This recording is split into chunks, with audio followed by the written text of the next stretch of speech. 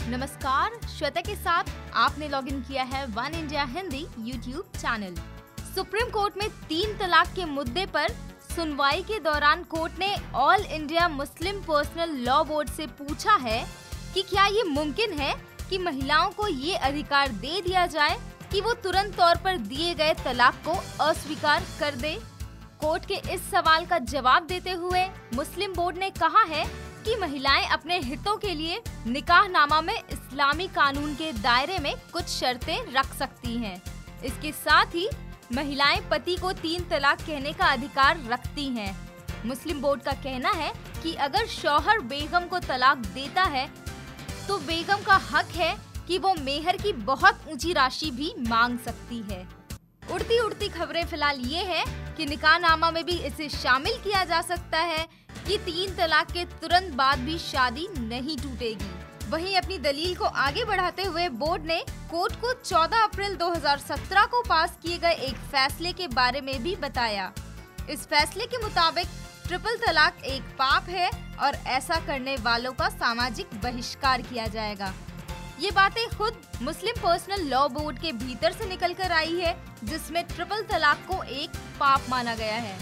इससे पहले हुई सुनवाई यानी कल मंगलवार के दिन हुई सुनवाई में all India Muslim personal law board की ओर से कपिल सिब्बल ने 3 तलाक को धार्मिक आस्था बताया था।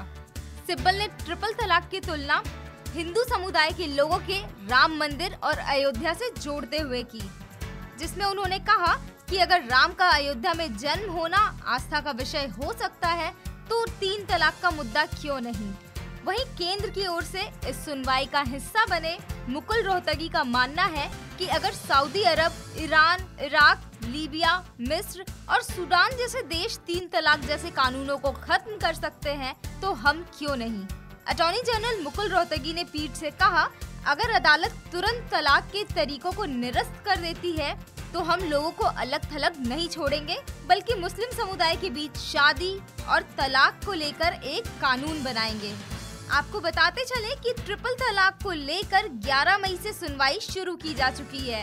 सुप्रीम कोर्ट में चल रहे इस सुनवाई में सुप्रीम कोर्ट ने ये साफ कर दिया है कि फिलहाल होने वाली सुनवाई में कोर्ट तलाक के बिद्दत पर खास तौर पर चर्चा करेगी।